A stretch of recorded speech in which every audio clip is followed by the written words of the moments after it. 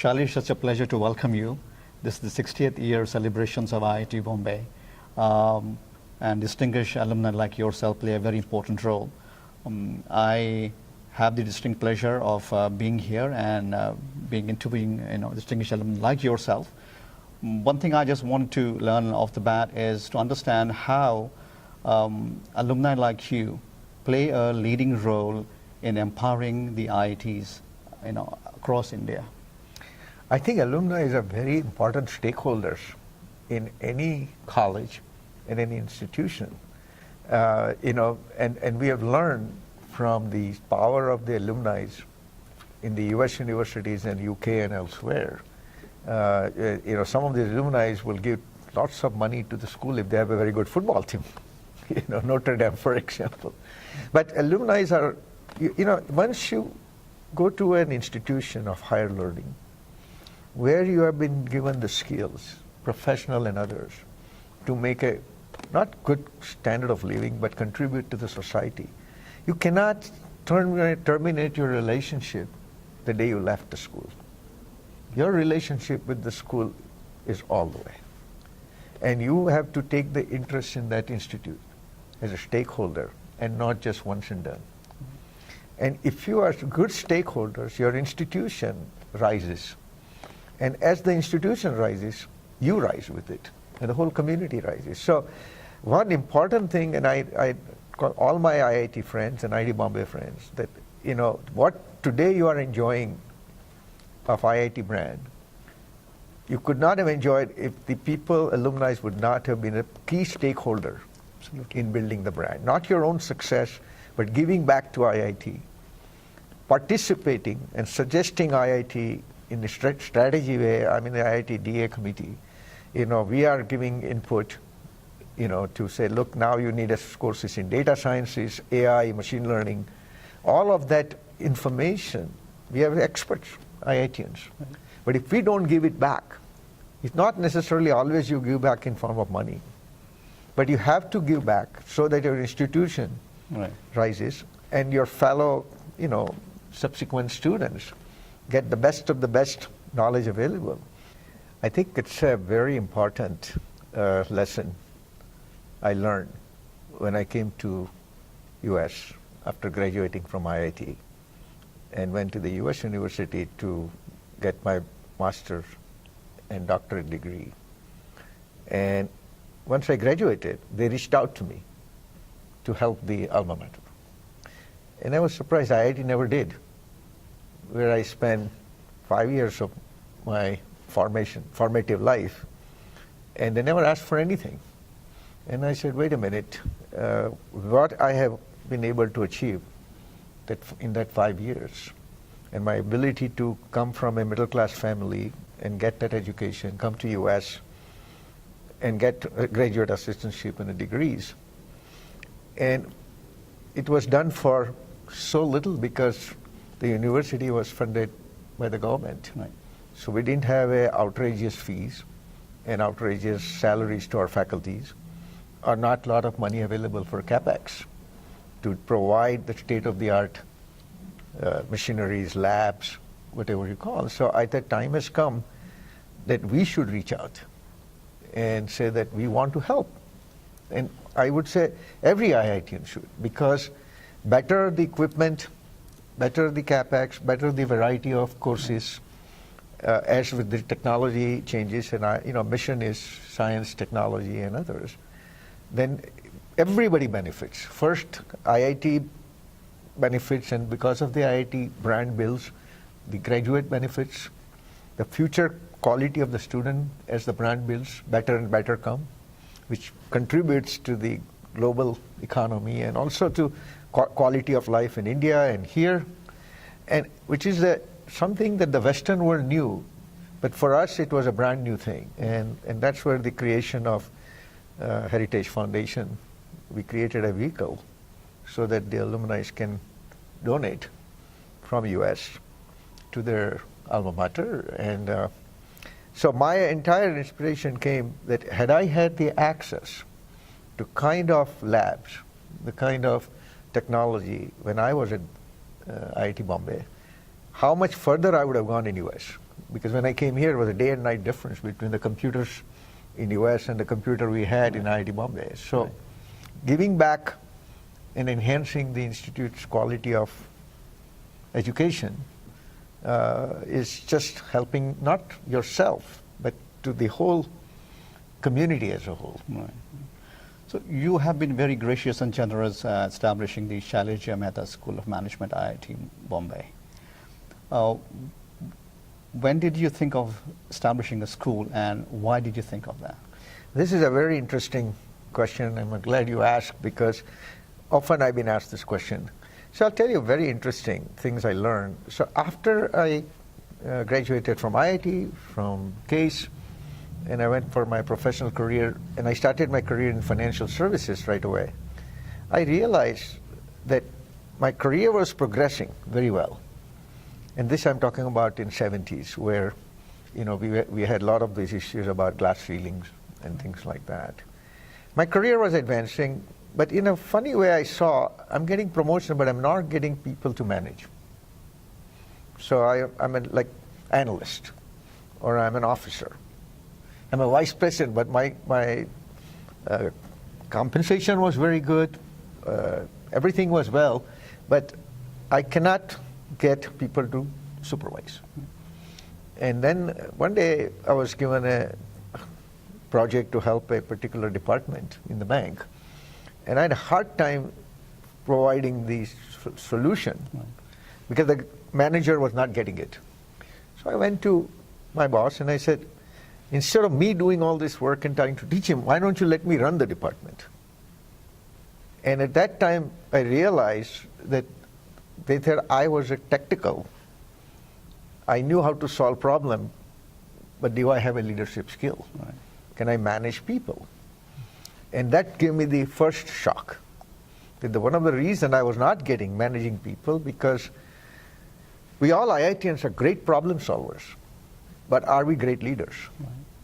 And what is missing?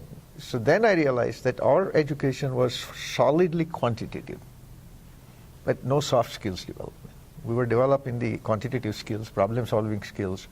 If you give an IIT a problem, before you finish the problem, 5 guys have a solution, right? But at the same time, how can you leverage an average person to achieve above average performance? That's where we were not trained, and that's where we were struggling here in the US in our earlier days. That he's very good, but people who are high school graduate working or community college degrees, those army of people, can you lead them? Right. And that just went my light bulb, that maybe I need to go back to IIT and tell the administrators and director that we're producing great, talented, intellectual people, but we're not producing leaders. And IIT should not limit itself to create the world-class operations manager. IIT should focus on creating world-class entrepreneurs and CEOs. And to my surprise, they pushed me back. They said, no, we have to create operational managers. Originally, I had proposed the name was School of Leadership.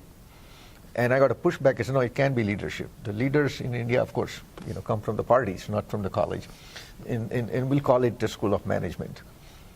And that's where I went. And my whole idea was to augment the quantitative skills, the problem-solving skills, with the managerial skills. How to motivate people, how to get them aligned. How do you facilitate leverage of people's talent in a way that they produce more than they believe? And that's the reason I decided to specifically put money in building the School of Management. Yeah. I think it was absolutely needed, and I'm sure we are realizing now how important it was, and it is continuing forward. And now that we are, about 30 years later after the first wave of technology, Indians came here, touch wood, we have so many people in leadership positions across Silicon Valley and across the US and the world. So when you are at a school which is so tough, the cream de la cream of Indian students come after the churn to the top, I'm sure there are some fun moments also.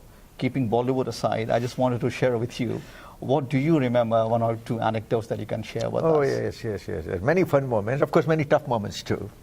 But I tell you, the very first day when we gave our entrance exam, we got our national ranking and Western Zone ranking, and I went to IIT Bombay. We got the and those time the branch of mechanical engineering was very popular in 1966, and the last admission in my class went at the rank of 141 or something like that. So 70 students out of the 30,000 students appeared for the exam. 2,000 got admitted, of which top 141. Of that top 141, 70 in my class. So you can imagine the kind of population Right. And then the very first day in the class, each one was sitting, and then our professor asked everybody to introduce yourself and tell where you're from. And one after one student get up and says, I'm such and such, I'm Gujarat first, I'm such and such, Nagpur first, I'm such and such. So I was laughing away in the back, because I was not any university first. I was a Bombay University, but not university first. But I was one of the top. But so this introduction goes on, and the guy sitting next to me was my friend. And I said, if everybody is in the first, who is going to be last in the class of 70? That's right. So that was a very tough for a lot of people who all their life thought they were first in the class to settle for second or third, not but even 55th. Right. So I think it was amusing to me, but then the competition, the quality, the camaraderie. We had some other movements. People were so stressed out at times, and we had a very tough situation because in those days, now IIT has changed. We had like US style, a semester system, the midterm and the terminal, and you have to score. The midterm is a 40 points and terminal is a 60 points. And out of 100, you have to score 40 to pass. Now, in IIT, if you didn't do 40, you repeat the year, wow. Even in one subject. And you have 8 subjects or something in the first semester, second semester 16. So people who have been always among the top 1 percentile or 5 percentile of the class, I mean, the idea of repeating was like a psychological trauma. Yeah. So we had people used to do strange things to if they're not prepared for the exam, to get the exemption from the medical officer that I have a health problem. So I remember now a funny incident you asked me. So we had a guy who was from Kashmir, and his friend was a Sindhi guy, and those two. This guy did not prepare for the test, and he was very worried. Now, suddenly in the exam time, the IIT, the sickness went up, and a lot of people suddenly started getting sick.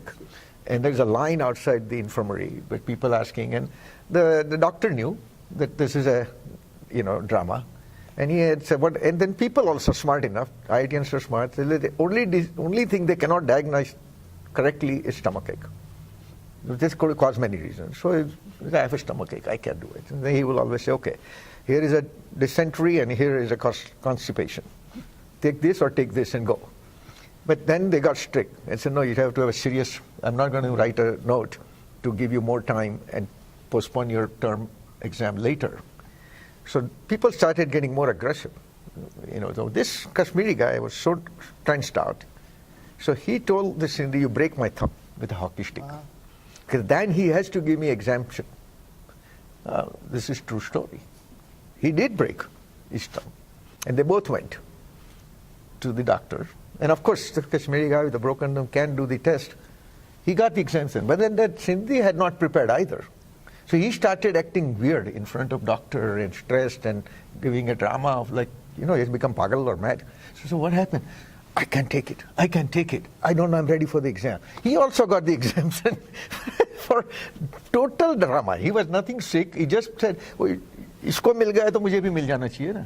So he started acting. So and when he came, the story, we were laughing away. The poor guy here is in a bandage to get the exemption. This guy has done nothing and he got the exemption. Okay. So that day I learned myself that these guys are very smart business people. Why?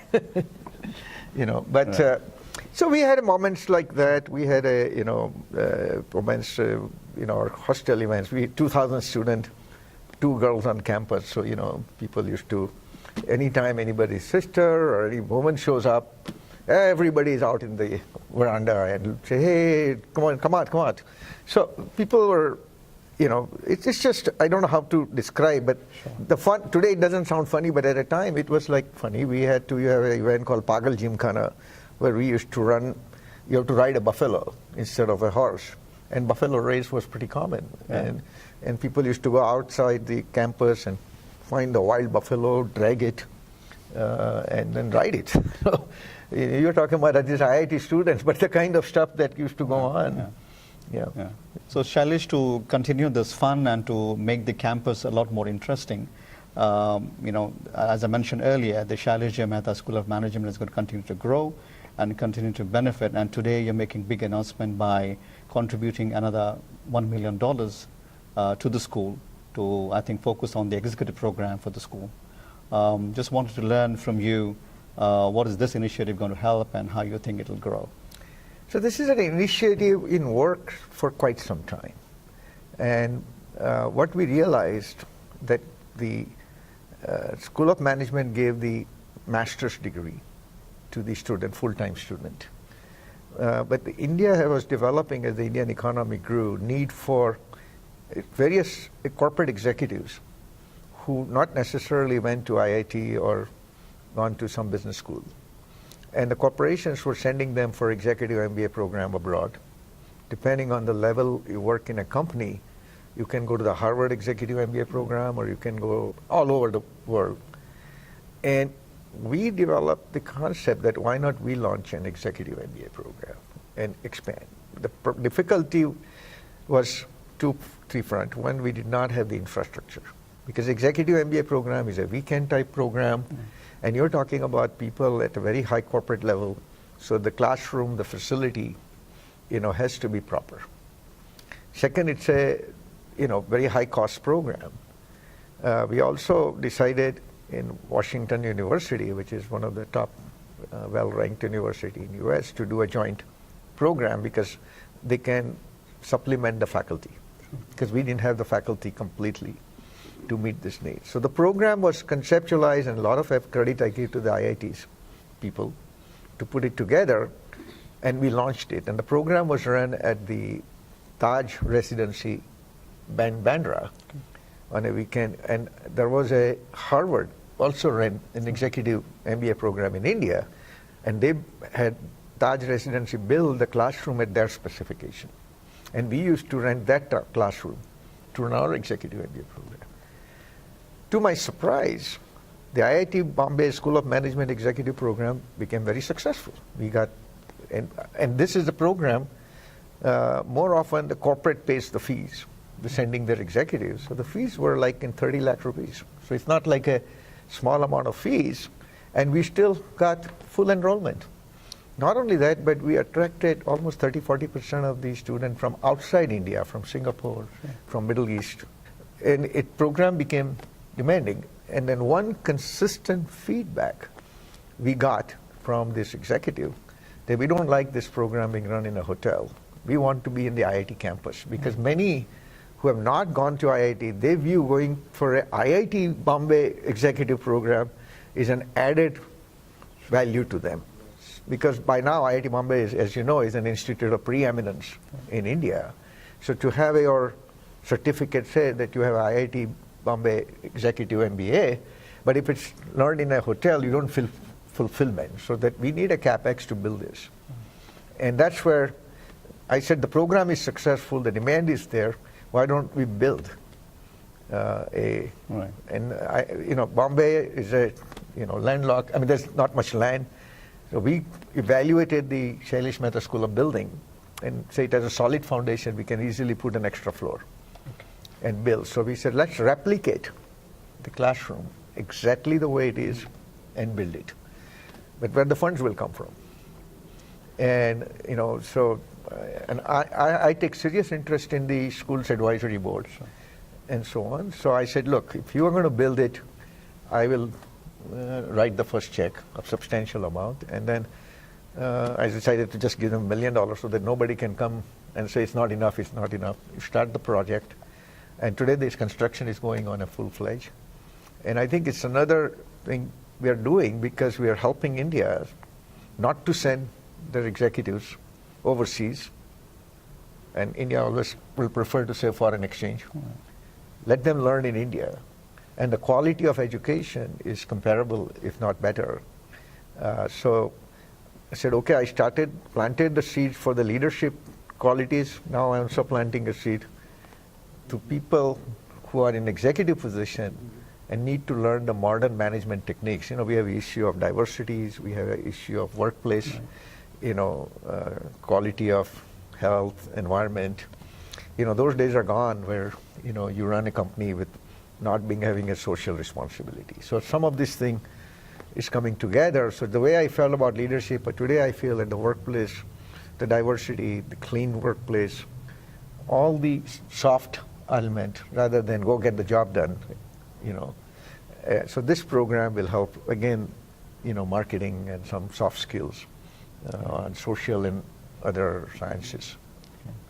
No, it's always very heartening, Shailesh. I mean, people like you and others, the distinguished alumni of IITs, their contributions enables the next generation of leaders to come, not just from India, but across the world.